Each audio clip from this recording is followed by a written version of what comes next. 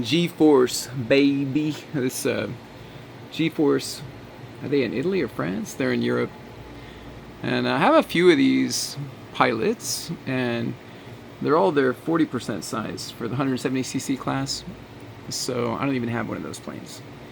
And, these stock pilots are fine, but these are way cooler. And I always think these pilots are too small in most of the planes. They keeps the weight down and everything, but to me they're not quite scale. They don't look quite right. I think the scale guy would look about that big in an edge.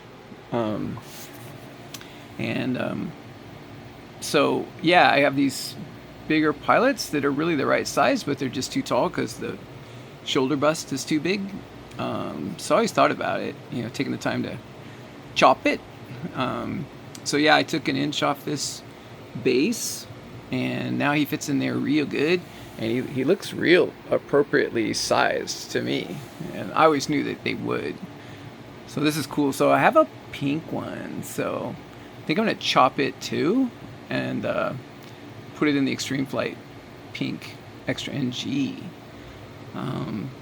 But this is kind of a silly little video, nothing much going on, but just showing what I'm working on. Yeah, I like this a lot. Came out good. And then I did want to mention, for no real reason, it was fun. I got this 3D printed, and it's my dry laser. Let's see. So on the DA 120, so I never checked the needles before I flew, but I did adjust them before I flew when I started the motor. Motor started right up so quick for its first start. And yeah, you guys know the story. Everything went really well. And I tuned the needles before the first flight. I tuned them after the first and after the second flight. And then I felt like things were pretty good. So then I looked it up, and the factory would be 1.5 low, 2 high. And what I was at after all my adjusting in the first, on the ground before the first flight, and then after the first couple flights, was I had the low at 1 3/4, which makes me happy. I like to run them a little fat to begin with, even after they're broken in, but definitely while they're being broken. And then my high is 2 1/16. So pretty good. Yeah, pretty good. And then, I took a look. I made another note. After 12 flights, I took a look. I took the exhaust off, and no blow-by, todo es bueno. Everything looked good. So that was kind of a little side note on the DA 120. Other than that, there's really not much going on.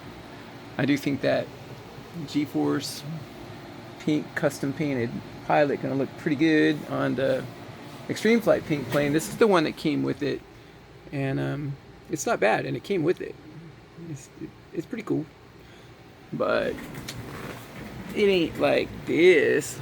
So that's the actual screw on there that the spins. Got sunglasses. Yeah, he's got eyes underneath there. Got his microphone. Pretty cool. Always find something to talk about. Where are they? Oh yeah, right here. I got a new tripod because on that last flight, I just did one 4-minute flight, and just tried it. It was like the end of the day. I wasn't even sure I was gonna do it, but I'm trying to get something in my hand here. So, yeah, Juan Sanchez Garcia at Skybound RC on YouTube. He started making some videos. These, I think, Kevin Garland, I think, is using it too. The Futaba guy. And, and these, what were the ones called? 1, 2, and 3 models so far? I'll think of it in a minute. These things have been out for quite a while. I think over 10 years, this whole concept. But it was always too slow to follow the plane, and this gimbal's speed is 5 times faster. And I was able to follow the plane in that video for 4.5 minutes before it lost it. And I was at 2x. Well, Kevin Garland was at 3x, and his video looked better. So I just tried a conservative 2x because I didn't know, if that would affect the following. And I don't know. I didn't go to 8K, so I haven't experimented with that. These are 8K. These are like phenomenal little guys. And so yeah, there it goes. And Insta360 Luna. Yeah, crazy. And yeah, see the way they follow around. So yeah, I tried it with the wife, and I put her in front, told her to run around the house, and it followed her around. So yeah, it followed my plane really good for 4.5 minutes, as you could see in the last video. Before it fell, it lost the, recognition of it. And that was at 2x. So yeah, Kevin's look better at 3x. I think Juan is probably at 3x at least too, because Juan's look better. So I got to try it again. But that was just one quick first attempt, and I thought it came out pretty good. So I got a memory card. It has native memory, and then I got a memory card so that I can make a bunch of video next time I go and try all the different settings. Try 8K, try 4K at 30 frames, try 4K at 60 frames, and you can even try 4K at 120 frames per second. Check them all out, see if each one of those settings requires enough CPU that it starts affecting the tracking horsepower, the CPU is also doing, or if it doesn't affect it at all.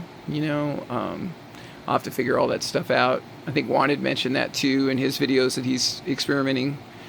But for a first try, at 2x, which is the wrong setting, looking at Kevin Garland's and probably ones, that they're 3x, it was pretty good. And it tracked it for a long time. Like in that whole video, I was hardly ever watching the plane. I had the tripod and the camera right in front of me on the ground, and I just kept watching the gimbal, seeing if it was still following the plane. And yeah, it was pretty cool. And then of course I did my most radical maneuver right when it lost the plane, so it's so funny. I go, oh, I hope I got that, and I looked down and it was looking the other way.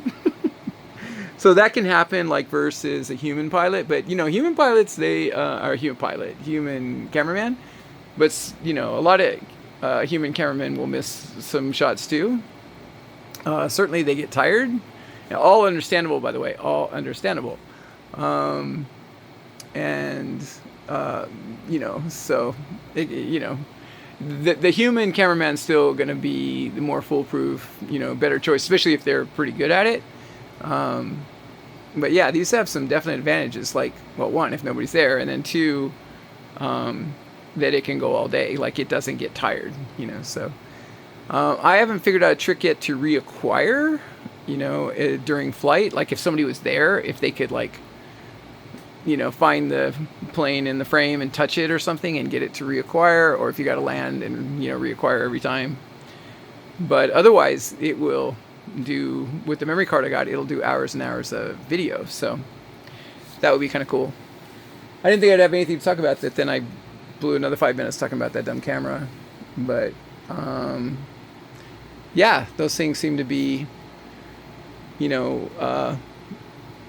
making a whole new opportunity for everybody that's wanting to show social media videos. And yeah, already I see them.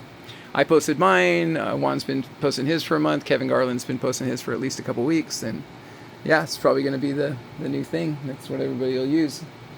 Yeah, I tried a couple years ago when I'd go up by myself. I tried a GoPro on my head and stuff. And yeah, that did not get any kind of good results from that. You could get like a torque roll video. But yeah, these are pretty cool.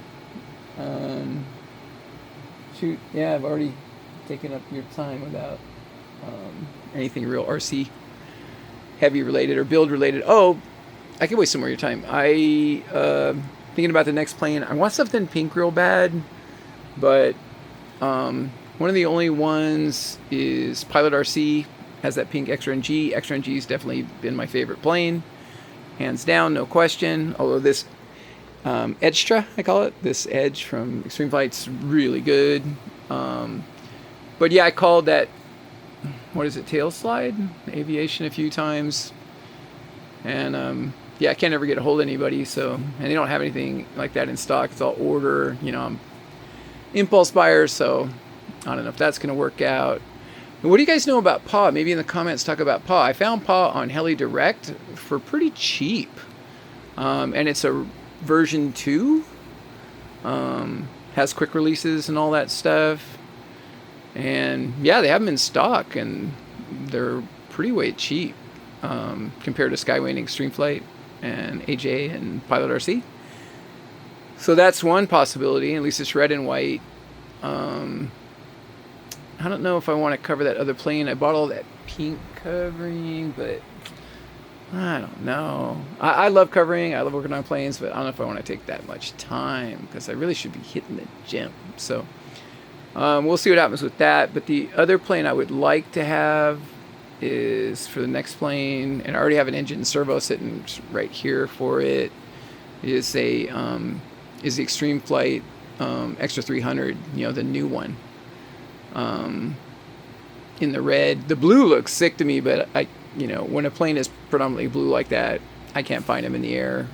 Yellow's the same. I just can't see those planes. So I'd settle for the red one. It wouldn't be pink.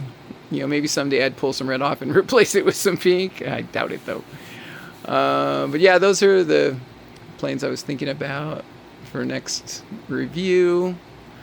And yeah, I managed to talk for 11 minutes about not too much, but yeah, he looks pretty sick. All right, out.